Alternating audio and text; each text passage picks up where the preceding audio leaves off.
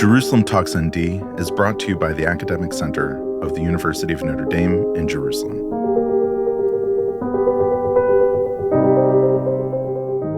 My name is Daniel Schwanke, and I'm the Executive Director of the University of Notre Dame's Academic Center in Jerusalem.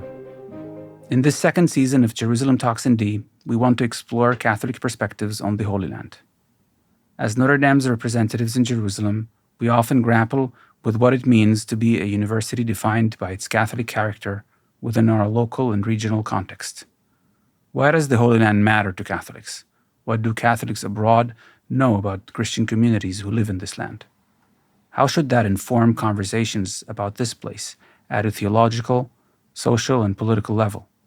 The Israeli-Palestinian conflict has made these questions more relevant, which becomes evident in situations like today, not only for those of us who call the Holy Land their home, but also for millions worldwide.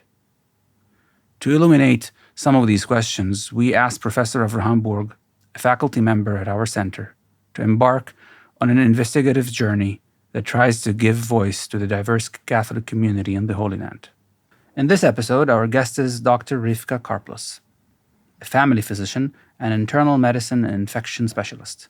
Dr. Karplus is a member of the Hebrew-speaking community of Catholics in Jerusalem. Peace on you, Rivka Karplus. Yes. Who are you? I'm a human being.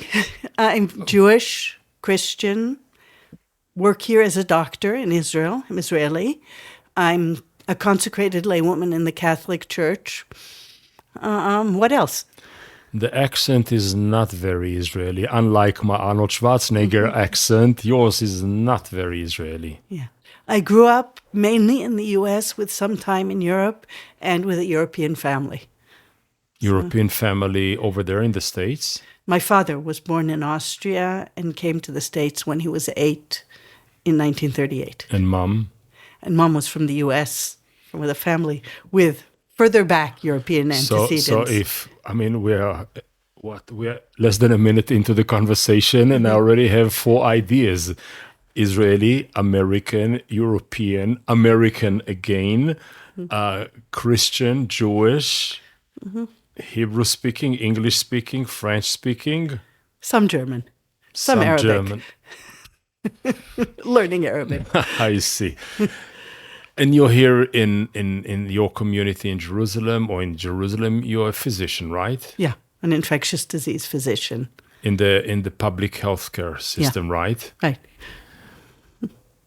You're coming from a family that a lot of it all over is very scientific. Everybody, if he's not a doctor, so she's a professor.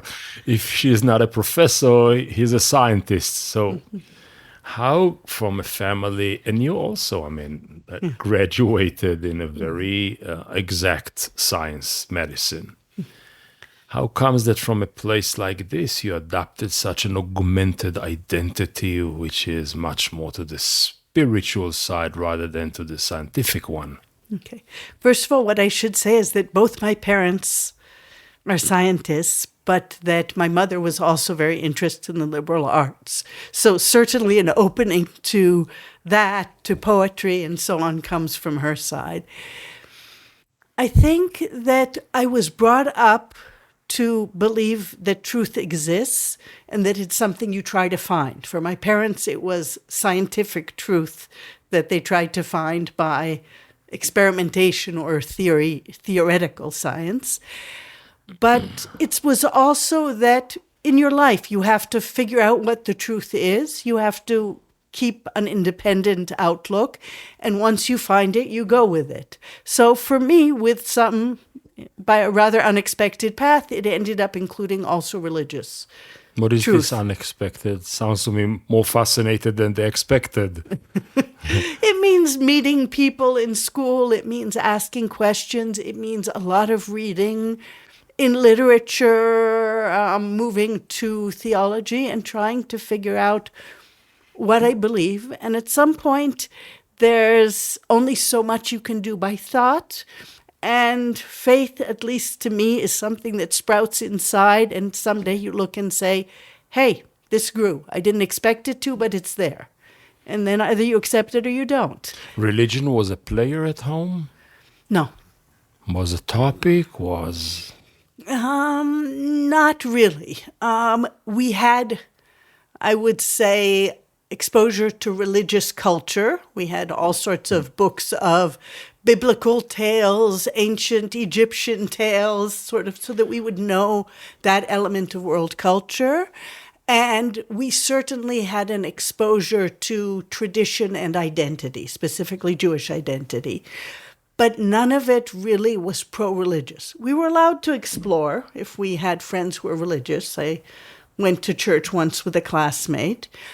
And we certainly, because I grew up partially in Europe, were exposed to Christian, mainly Catholic culture via music, churches. Where in Europe? Mainly France. Austria was already when I was 16. But hang on. We're still home. Okay. Okay, we didn't yet leave home as part of teenage or teenage. Yeah. Okay. But yeah, I don't want to go through my whole life story. Oh no, Okay. don't worry. Okay. As much as I love gossip, it's not about this. I want Okay. to understand something. Scientific search for truth is about doubting everything. Maybe this is not right. Maybe this axiom can be replaced with another assumption. The search for truth in religion, in theology, is about certainties. No. No. No, what I would say, first of all, that scientific research is about questioning everything. Okay.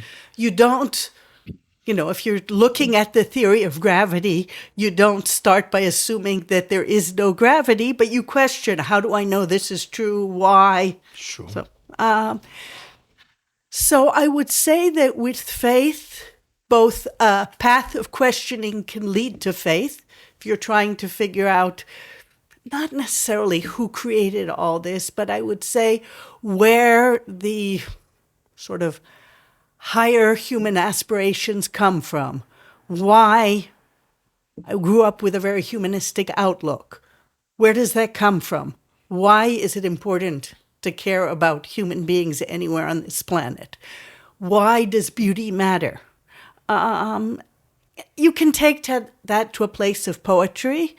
It can lead to faith. It doesn't necessarily mean that the fact that there is beauty proves that God exists, but it raises the question of, did somebody create all of this? But I think also within faith, there are people who look for certainty and try to find a closed or very defined version of faith that says this is what you should do at each point of the day, and this is what you should believe. There is also a path within faith that says that God is big enough to take our questions, and we never fully understand. So the way we should believe is by constantly asking why, what, where does this go, what does this mean? It doesn't mean necessarily that I don't accept answers. Sometimes the answers are what you call a leap of faith. I say there is a method to the madness. There is suffering and Why bad things happen to good people. Yeah, and that there's some answer to it which I can probably explain theoretically, but I don't fully understand, certainly not when the bad things are happening, but I'm willing to trust. I would say it's about a combination of trust in someone and questioning about my own belief and my own understanding. It's interesting because the question I asked you came from my own, what you used to call in Vienna, Kinderstube, my early version of education. And this is, my father was ordained, who was a historian and philosopher at the Leipzig and Berlin universities. He was ordained as an Orthodox rabbi in Berlin. So for him, a rabbiner, being a Rav doctor, rabbi doctor, the doctor was about the doubts, about the culture of questions, and the rabbi was about the culture of answers and certainties. So at least at our home, there was a tension between the two. I think the tension is between two different worlds. In science, you can prove things. sometimes you prove them, and then a generation you're later, wrong, yeah. you discover that your proof was based on assumptions that you didn't know how to question yet. Sort of Plato's cave, where you never know which of your assumptions are assumptions while you're in the middle of them. And faith, I don't think it can be proven. I think you can produce arguments in support of it. You can have faith that is more or less rational. I don't think faith should internally contradict itself. It can have paradox, but that's something else. Actually, what you say, and this is not for this conversation, with your approach to what is faith, and therefore the religion, and therefore the catechismus that comes out of it, etc., it's much softer than either my faith or no faith. I mean, you say, yeah, there is a room for a lot, not necessarily my way only. Yeah. It's a softer one than I would say the it's manifestation, an opener one. manifestations of it in our region. True. Yeah. Now, I once heard a conference of Cardinal Schönborn about the writing of the Catechism of the Catholic Church. If you want a faith document that's a brick it's over 1,000 pages, I think. I don't remember how many. But at the same time, when he spoke about it, you could feel that this was coming from a place of God and our faith are big enough to handle questions. So we wanted to write something. Or contain. Handle is like looking for an answer. Contain is within me, and let's move on. It's to make space for questions. Space. Okay, good. Not contain, because containing is you limit and you don't let anything escape. There are limits placed. This is the faith. This is not the faith. It's beautiful to have space for it. Okay. Yeah. But there's room. The way you described not the library at home, but the liberal arts atmosphere at home was Jewish and some other mythologies, but I heard the Jewish part of it, okay? And now you're part of a different community here in Jerusalem, which is not easy by itself, but we'll get to that in a second. How the transformation, or how to the refocus, the reemphasize happens? I think, like most, by trial and error, by first coming into a community, trying to learn a lot of the texts, the world approach. We are still in the States, right? Partially in the States, and then when I came to Israel, but it was sort of continuous, trying to learn, the rules, the knowledge, and to fit in. And then at some point realizing that fitting in didn't mean that I necessarily needed to adopt the worldviews or the political views of everybody in a very specific community in Israel, or certain very specific communities. It takes a while before you understand just how many views there are under the umbrella of Judaism, or even Orthodox Judaism. So it took a while to find where I fit in there. Are there more, sorry for the interruption, are there more faces in Judaism than you find in Christianity? When you say, I saw all of these faces of Judaism, are we more? Not if you include all of Christianity, but I think one of the specificities of Judaism is that there is a definition of Judaism as a people, and within that people, there are a great variety of religious expressions that call themselves Judaism. 70 different faces. Yes. Yes, quite possibly even more. Whereas within Christianity, the mechanism was one of separation and redefining against the origin. So you have a great many churches where theologically there is a view that, it is considered that all of this together is a Christian people, at least from the Catholic point of view. Sure. But most of these churches and sub-churches view themselves as separate entities. So let's stay there. You, not one day, but finally you find within yourself the faith, the deeper, the transcendental depth. Okay. And then you have a menu. As you say, so many churches and so many Catholic or Protestant. Within Catholic, this, and this. Within Protestant, this, and that. How you ended up in the Catholic road rather than in a different avenue? I think partially because my Jewish framework was that of Orthodox Judaism, an open area within Orthodox Judaism. So it may be that once you have the idea of tradition, of faith evolving, of both solid texts and the need for living interpretation throughout history and now, a parallel is probably easier to find in Catholicism. So there is a kind of in conjunction between the gestalt of the framework of Catholicism and Judaism? I think in the sense of having both the idea of a people, a structural framework. The Jewish idea of hierarchy and the Catholic idea of hierarchy are very different. But at the same time... Our hierarchy is a bit more chaotic. Yes. Yeah, okay. Well, the Catholic can be chaotic, but listen, you can diagram it better, I would say. I would say we are the world champion in chaos, but leave it aside, okay?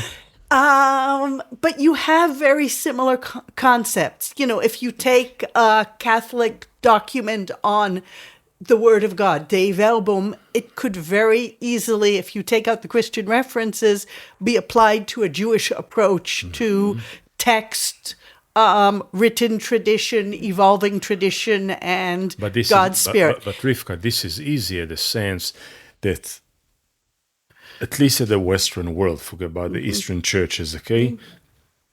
Up until the 15th century, the 15th, 16th century, that was not just the main street, it was the only street. And the relationship, the conversation, the dialogue, positive or negative, between mainstream Judaism and mainstream Christianity was this one. Yeah. So therefore, there are so many influences between the two civilizations. Yeah. I think I was also lucky that when I started exploring, the people I met were people who were open within the Catholic world, who were open both in their general worldview and could handle my large number of questions, and were also open and respectful towards Judaism. If I'd landed in a church that was anti-Jewish, anti-Semitic, or just closed-minded. Yeah, I did meet some people like that. Most of it was from ignorance, saying, Judaism doesn't have any answers to questions of, forgiveness of sins or something, which is nonsense. But that was somebody who was, in Austria and had not yet been exposed to all the developments after Vatican II. So I did meet some people like that, but most of whom I met were open, and, nobody or very few people said you have to choose. Judaism is the past, Christianity is the future. So we grow up, we grew up in a Jewish, at large, culture, discovered faith within us, find something which is next door to the hierarchy structure, etc., and re-emphasis the spiritual identity on the Catholic dogma, the Catholic belonging. But why not doing it in Europe? That the majority are Europe or the States, the majority, you can find a community that you are majority coming here to Jerusalem. At that time. What is this quantum leap? Okay, first of all, at the point where I made Aliyah, when I moved to Israel, Aliyah is going up to Jerusalem, elevating, okay, ascending, yes, okay, ascending to the Holy Land. This is where it's coming from. It's a very loaded term, right? So at the point where I did that, I was just Jewish and observant and didn't define myself as Christian. I already had a good background in Christianity, also partially because I studied medieval history in my first degree at college. So I came here to figure out what Israel is about if I'm Jewish. And Did you? No, but I fell in love with the place. Okay, good. Despite a somewhat complicated It is, yeah. time in history, It is. it's home. And once I started being, I don't know if interested in Christianity is the word, once I started finding that the same, whatever it is in me that said I believed in the Torah being given on Mount Sinai, in whatever, however you take that, and in Judaism or in the God of Judaism, also made me believe in Christianity, in the Christian story. Explain this. I'm Touching the real life of the covenant Judaism or Judaism of revelation, because it's here, brought you closer to the same sentiment with Christianity? No, I think it was. First of all, I'll go back and answer something that you asked before. Why here? Because what I realized is that if I'm Jewish, and I remain Jewish, and I'm Christian, there is no way to be faithful in Christianity without being faithful also to my Jewish identity. And the most logical place on earth to do that is here. Okay. It may be complicated in Israeli society, but at least, the references exist. Outside of Israel, it would be much more complicated. But I think being here, being in a Jewish society, it made me realize that I had to understand how I related to everything I had read and learned when I was studying and reading about Christianity and met it when I was in Europe. Can I just say this is idol worship and it's wrong? Or what do I do with the good and valid things that I found in Christianity? How do I reconcile them if I'm Jewish and observant? And the other was already working in medicine as a student, as becoming a doctor, and dealing with the question of suffering, part of it with patients who are not Jewish, and realizing that the Christian story is a very, very good way to explain God being with people who are suffering. It's a concept that exists in Judaism too, but it's much more emphasized in the Christian story. Hang on. I want to talk about medicine and faith a bit later, okay? So you are in Jerusalem, you are in Israel, you are in Jerusalem, you feel closer to the original experience, and you combine or you compile or you fuse together both approaches to God. Yeah, it sounds as if I'm in charge of things much more than I think I was. Fused into you. But, I accept the fact that I am both and try to figure out how to live it. Fine. I don't so, argue. Yeah. Maybe only one more friend of mine has the same two-sided idea card, which is Father David Neuhaus, who was born Jewish and converted, really converted from one religion to another, and actually holds both identities as a very proud Judeo-Christian. But you live in a community that's now in Jerusalem, which is very binary, either or. I think from the outside, it looks binary. When you live here, you realize that there are a great many shades to existence here. When you look at the different religious communities, even within Judaism, there's a whole spectrum even within the Orthodox world. And so living here, it didn't have to be either or. I'm different. My close friends are Orthodox Jews, many of them. I present quite a few questions for them as to how I can be part of their world and at the same time believe in Christ, without... Any one of your patients ever told you, hey, I don't want you to deal with me because you're a Goy, you're a Gentile, you're a non-Jew. No, but patients don't really know Okay. what I believe anyways. Within social circumstances, it's very simple. My apartment is kosher. That means any of my friends can eat here, and they trust me enough to know that when I say it's kosher, You will not that I trick know them. the rules of the game. Yeah. No, as well as that I'm not cheating, but that I have enough knowledge to do Sure. it, and I'm responsible for making sure that I keep that knowledge and check or learn things that I need to. I think also within the medical world, generally the assumption is that people come from very different backgrounds. There's Jews and Arabs. Just be a good doctor. And there's, people who are on the left and the right of the political spectrum. Basically, you are judged by how you treat patients and how you treat colleagues.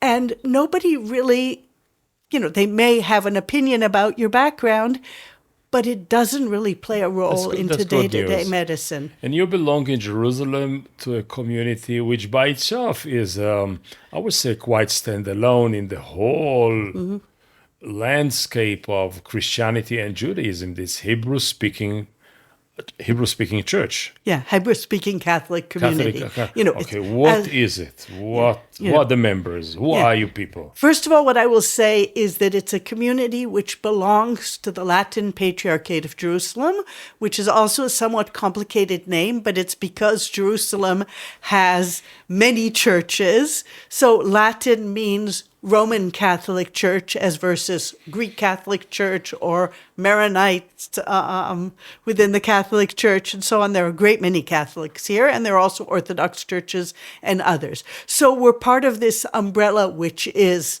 the Latin Catholic Church, so much and under so the that- Patriarch. No, so much so that one of the previous shepherds of the Hebrew-speaking community is now the first in modern time cardinal Yes. of Jerusalem. That's wow. Yeah. It's So, a launching pad. Yes. So, Okay. yes, he was. Cardinal Pizzaballa. Yeah. So Yeah. he started out with out Sure. as a Franciscan doctoral student here, became our priest, became our vicar, and love him then a went lot. on to be custos and then patriarch. So, but we have a certain amount of independence or independent existence within the patriarchate because we are different. We speak Why? Hebrew. Because you pray in Hebrew? We pray in Hebrew, and because most of our members are within Hebrew-speaking Israeli society, there is another group which sort of overlaps with us sometimes, which is that of the migrants, where they also have their separate, what's called a vicariate, their own structural identity, but their children who go to Israeli schools are within the Hebrew-speaking a community. Sri Lankan or Indian or Filipino who came here to be part of our welfare system, and the kids were born here and they go to Hebrew school, it will be much more natural for the kids to read the gospel in Hebrew rather than in a language which is not the first language. Right. So they may go with their parents to the Filipino church or the Eritrean church, whatever.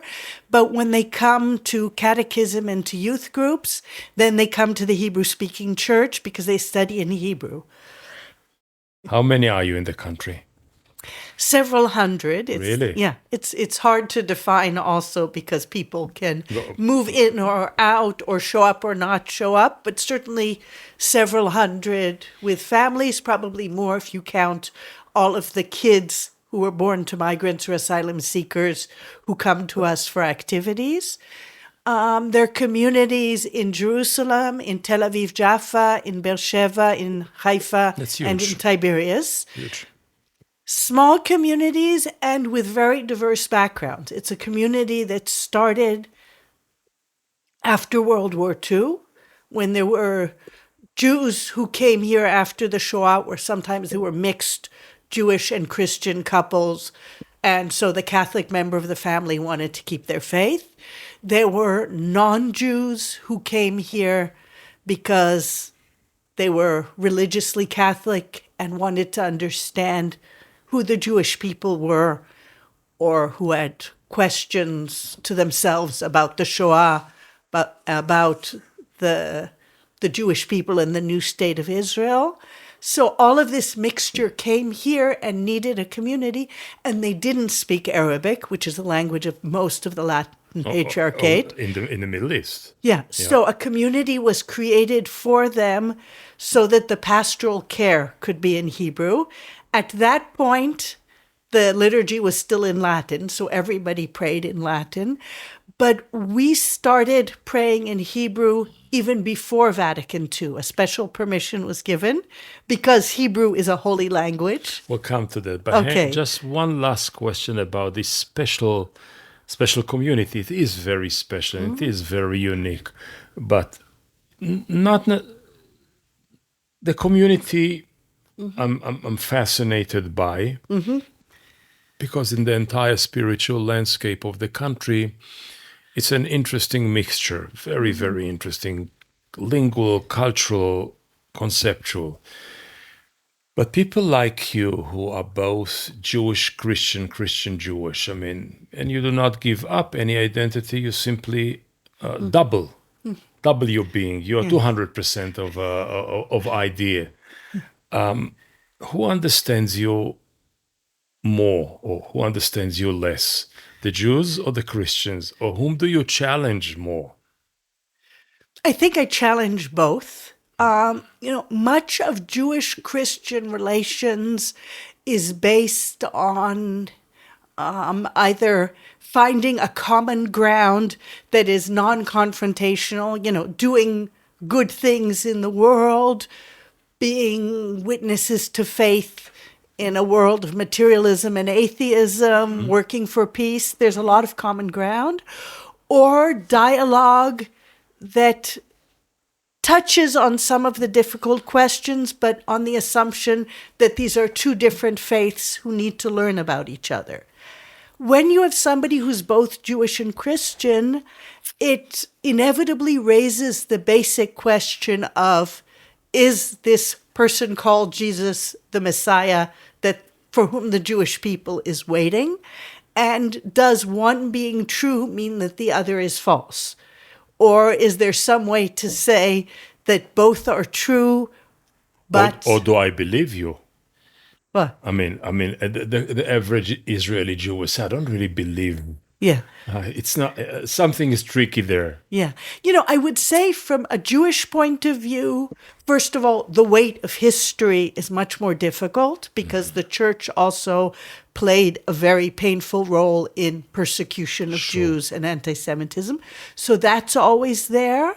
And also the Jewish approach is that Christianity cannot be true because this whole business of Trinity doesn't make sense according to Judaism.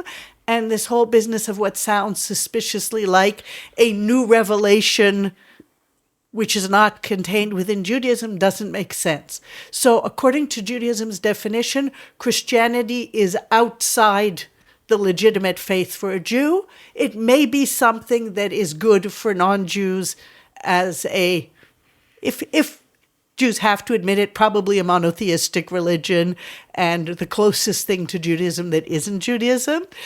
But for a Jew, it's considered as either betrayal or falling into something which is, idol worship, I say, is a very strong term, but at least deviating from the worship of God. From a Christian point of view, the question of whether a Jew can be a Christian, the church has been Jewish from its origins, has had a Jewish element, unless you're very strongly anti-Jewish, a Christian would admit that Jesus is Jewish, the apostles are Jewish, and the foundations and origins of the church are Jewish, and also Christianity accepts the Jewish Bible. But the question from a Christian point of view is, why on earth do you continue observing things like the Jewish Sabbath and Jewish holidays and identifying as a Jew? Why does that have meaning to you anymore? Why don't you just say, I have converted in the sense of moving from one religion to another? My answer is that conversion is something that both in Judaism, Christianity, all of us are called to do as an ongoing process. It's called tshuva in Judaism. It means coming back from sin, from mistakes. Isn't tshuva a bit more repentance rather than conversion? It's both. There's an ongoing process of conversion. Okay. Conversion in the sense of switching from one religion to another doesn't really apply to a Jew who's becoming Christian, because it's not saying that Judaism is false and that Christianity is true. It's saying that Judaism is true, but that I have been given the grace to know something additional, which is the identity of the Messiah for whom Israel is waiting. You do something which is very logical, very easy, and very maybe almost dangerous. I'll tell you in what sense. If we travel in time to first century, to the times of Jesus Christ, okay, still alive, a generation after, there were mixed families because they were not Christians, they were the new Jews. So, like today, you have a family with Orthodox and secular and Reform, and within the Jewish people, you have various denominations or political orientations. So you had, even in faith at the time, this kind of Jewish performance, this kind of Jewish behavior, this kind of whatever. It was easy. Families were mixed. So you, Rivka, say, I go back to there. No. Wait a second. Wait a second with me. To the original place in which Judaism and Christianity could live together. And in a way, Jesus' teaching was interpretation of the meaning of the Old Testament. But isn't it a bit too fundamentalist, going back to foundations that gives kosher certificate to other fundamentalism? I don't go back in time, because Judaism now and Christianity now are not what they were in the first century.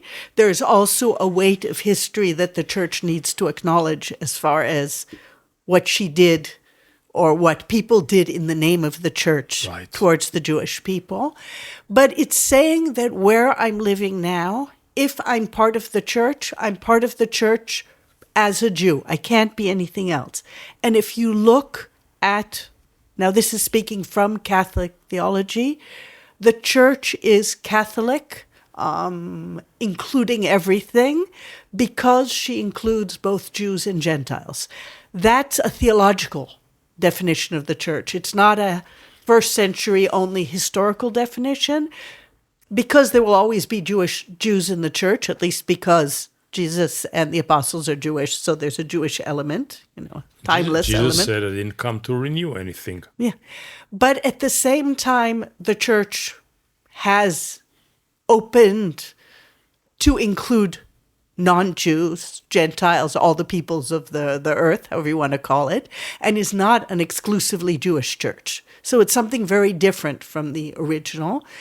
And so being part of this church, I'm Jewish because I'm Jewish. I'm not more Christian than somebody else because I'm Jewish. I'm not better than somebody else or worse than somebody else because I'm Jewish, but I have to be myself, which is my identity. But because of this closing to myself, and therefore maybe closing to Jesus, who was like me at his time with all the time gaps, okay? Maybe this is the reason why you like so much the teaching of Cardinal Lustiger. Yeah, I will. To talk to us about him. Okay, first of all, you translated his book from second translation in a way, okay, of Cardinal Lustiger from France to Hebrew. The name is The Promise, and this is actually very interesting interpretation of Cardinal Lustiger in an inner dialogue to how the words of Jesus are interpretation of the Torah. Yeah, basically, it's saying it's a book that came into being as a retreat. It's not a book that was written as a book to a group of nuns who wanted to have a retreat on the mystery of Israel, the Jewish element within the church as Judaism as the Jewish identity of Jesus, as the Jewish theological element. And basically, it was a meditation given to them. It's a very dense book. It's not something you sit down and read and say, I have a day to read and I'm finished. And it's very associative. I mean, a thought, and then he jumps to another one, and then he comes back. And he repeats himself, and what he says is that it's... No, he repeats and says, I'm sorry, I repeat. Yeah. But he says he's repeating because he's looking for the words, because he's never done it before. But it's a meditation partially on what it means to be Jewish within the church. And he knew because? Because he's Jewish. Talk to us. Tell the story, please. Aharon Jean-Marie Lustiger, so was born... Cardinal Lustiger. Lustiger. In Hebrew, it's Lustiger because that's the original pronunciation of the family name. It became Lustiger when they moved to France. Right. So in the Hebrew, we decided to write it the way the rest of the family who's not in France writes it. But he was born to a Jewish non-observant family in France who had come from Poland.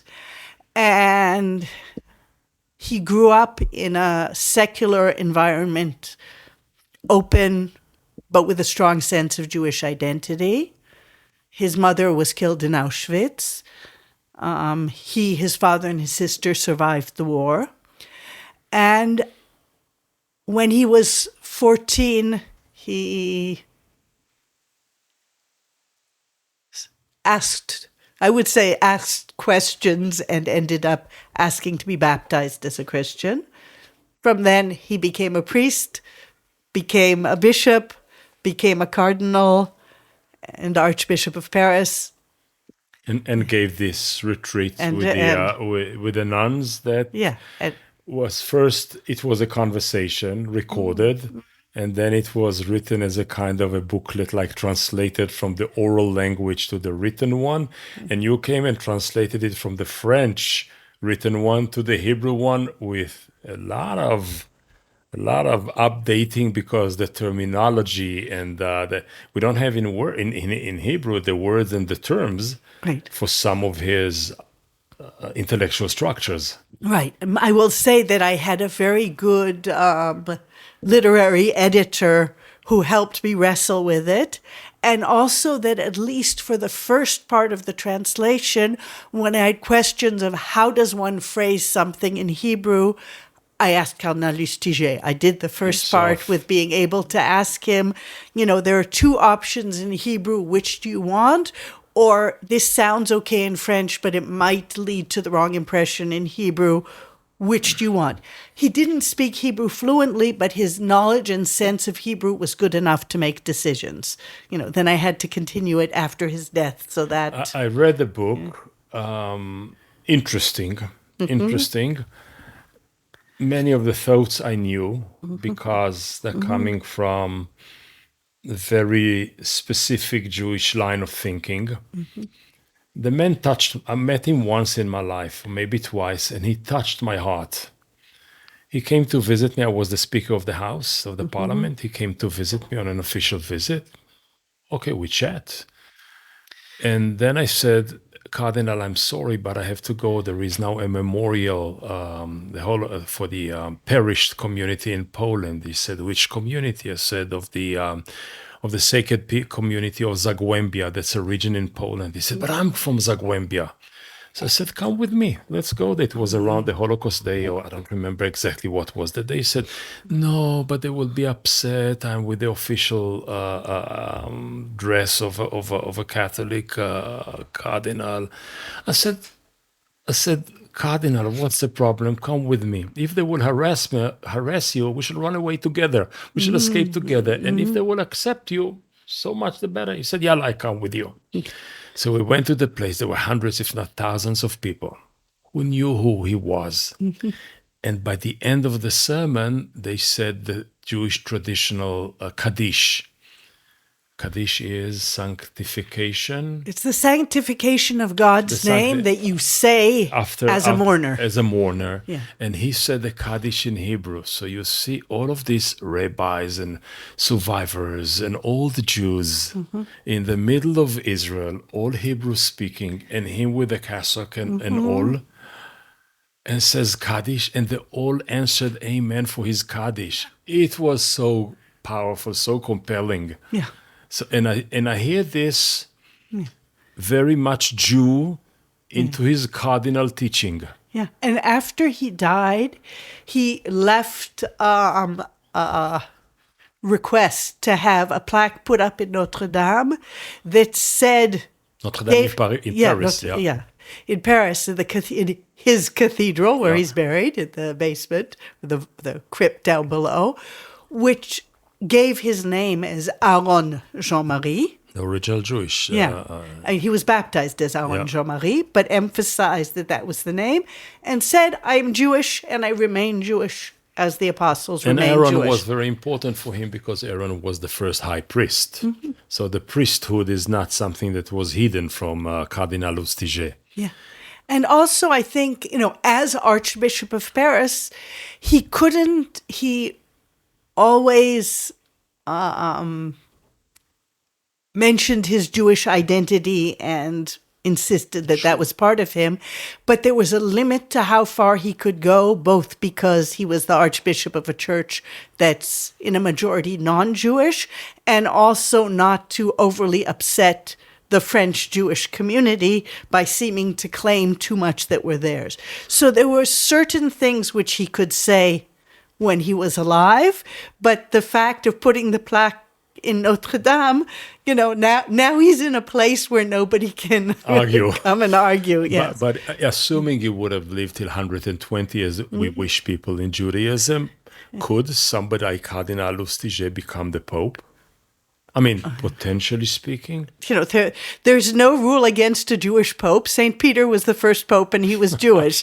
So in Judaism, there is a couple of legends or mythological stories about it. But So it wouldn't have excluded him from being pope. Whether he was likely to be pope, I haven't the foggiest idea. That's something else. That's politics. But there's no rule against, if a Jewish person can become archbishop and cardinal, he can become pope. There's no rule against it. The rest is, whatever the myriad factors are that go into deciding who will be the pope at a particular time in history. So we speak about people like you and Cardinal Lustiger and the hundreds of members of the community who are, in a way, positively hybrid people in both the Catholic syntax and the Hebrew language. Can I, still a general question, do we Jewish Israelis really know Christianity? No. What do we miss? What's wrong with us? I think, and this is part of the reason why I translated the book, most Israelis have exposure to, I would say, 3 versions of Christianity. One is the historical history of the persecutions, which may also be reflected in the way Jewish Israelis perceive the church and its reactions. Now much of it is interpreted through the lens of how did the church react over history and how does it react now, sort of the official church and the persecutions and pogroms in the past. The second is a very cultural Christianity, churches, Christmas markets, music, sort of the outside decorations, which many secular Israelis will be very attracted to because of the aesthetics. And music included. And that it's exotic. And music included. Right. And many, very religious Orthodox Jews may be repelled by certain elements like statues and so on, and whether they can go into churches. Even spitting, crossing clergymen in the streets of Jerusalem. Yeah, that's some of the more extreme. Yeah. And I would say the third is what I would call Christianity for export in Jewish-Christian dialogue. What is written, there are texts in dialogue, there are gestures, there are popes who come and go to the Holocaust Memorial, to Yad Vashem, or who go to Auschwitz, where they see what is in a framework of dialogue. I think most have very little idea of what the prayer life of a Christian is, what the internal part of the belief is, what the relationship to the Bible is. What does it mean to study? Wear it in your hands, and you are the Minister of Education of the State of Israel. Mm-hmm. Will you introduce teaching the other religion or religions to every pupil, student in? Yeah. I mean, I think every student in Israel or everyone who grows up in Israel should know Judaism, Christianity, and Islam to the extent of understanding how somebody who believes in that faith perceives it, what role it plays in their life, and also to see the values, the beauty, and perhaps also the common elements. Some of my grandchildren are going to bilingual schools in Jaffa. Mm-hmm. They don't know much about any of the religions, but they celebrate all the holidays and all the vacations. They're very happy with the triple amount of holidays. Yeah, I would say, but that's a start in positivity at least. Sure. But one of the more meaningful experiences that I've had in this context, it's actually something I inherited from Father David Neuhaus, was that in Israel there are non-denominational hospital chaplains who don't represent any religion. Most of them are Jewish, but who go just to be with people using spiritual tools. And they asked me, and also someone who's Muslim, to come explain Christianity to them. And it's one of the best opportunities I've had, because they're not asking me to explain Christianity so that they can write a thesis on it. And they're not asking because they wonder if they believe in it. They want to know what it can give them as tools to sit beside somebody who's Christian, who just discovered that they have cancer or whose child was just killed, and to find resources in their own faith. So it's seeing the beauty and strength of a faith not for them, but in somebody else's life. And to me, that's the goal of teaching. Again, the medical world is sort of a privileged zone where you try and see what somebody else's framework is, because they need to find the elements to deal with whatever's happening to them. But for me, that is the goal of religious teaching, to know that there are other people and that this is what helps them to live, to make decisions, to celebrate, to mourn. And I want to know enough that I can meet them and understand where they are. It's interesting you took it there, because I wanted to come back to end up our conversation, to come back to your to your profession and explore a little bit the place of faith in medicine. Mm-hmm. Now, I see here 3 dimensions to the faith: the faith of the patients, the faith of the doc, of the physician, and the faith of the interaction between them. How does it work? You come to a room, you see a malignant something, you see a sickness. You come as a clean, not technical, God forbid, scientific, German origin, accurate doctor, or you say, let me look at something bigger.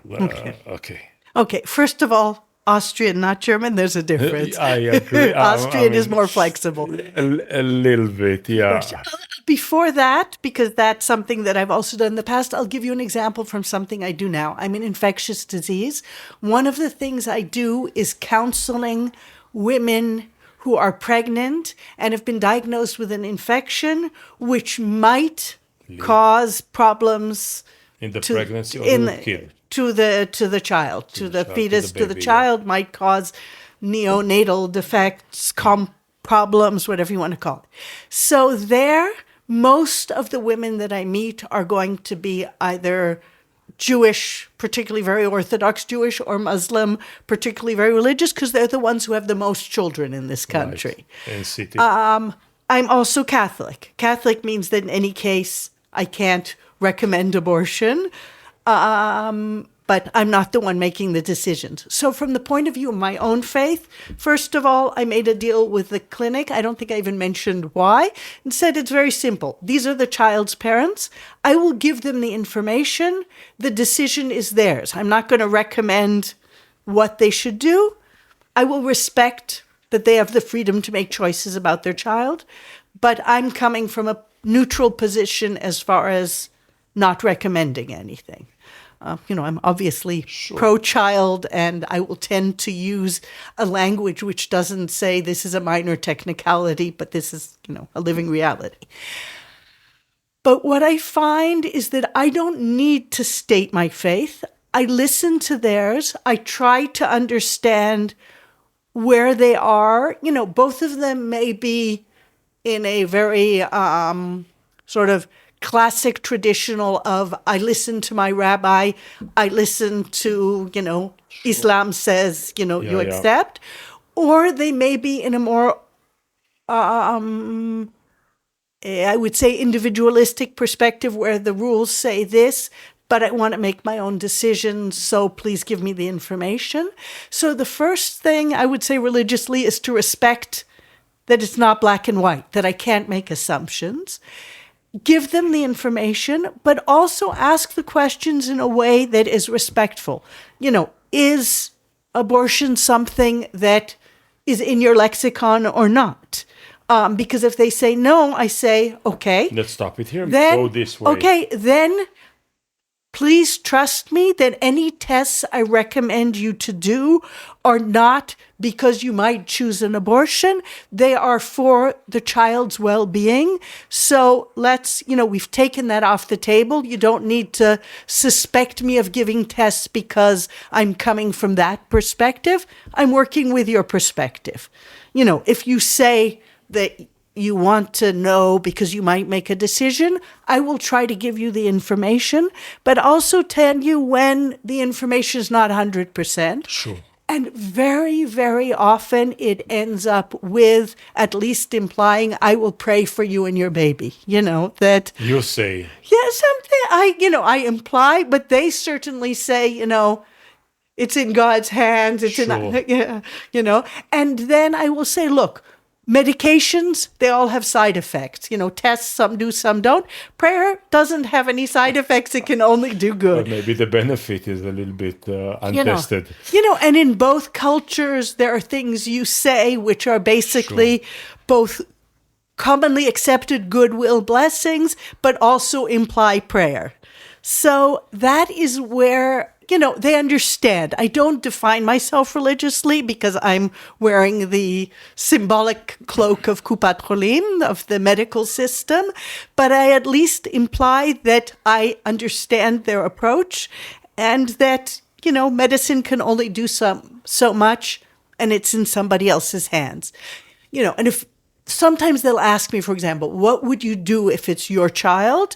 And my answer is always, I worked in special education. I believe that any child can be welcomed and loved, but that I will not raise the child. You will raise the child. So you have to decide if you have, what you would need to deal with this particular situation. Last but not least, a small elephant in the room, okay? Okay. In the region is massively Muslim.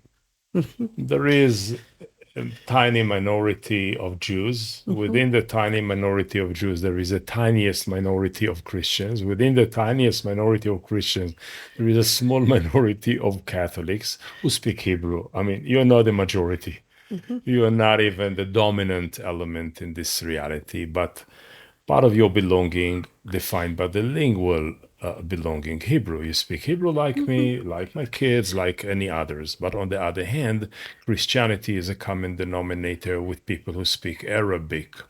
So between the two lingual definers, the Arabic and Hebrew, how the conflict which tears the region apart is manifested.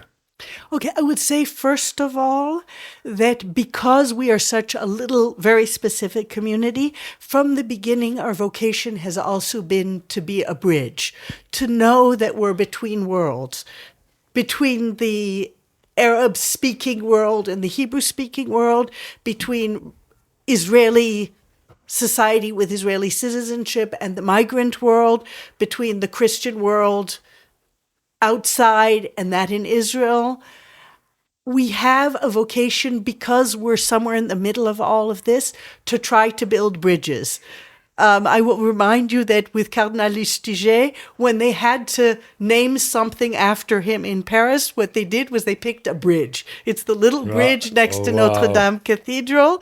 They called it was called the Little Bridge. It's now the Cardinal Lustiger Bridge. As they say in French, c'est formidable. Yeah. It's fantastic. It's formidable. So we kind of, as a community from the very beginning, we grew up with this vocation, and we know it's not easy.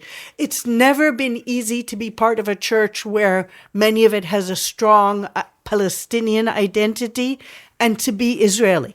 We have young people who go to the army.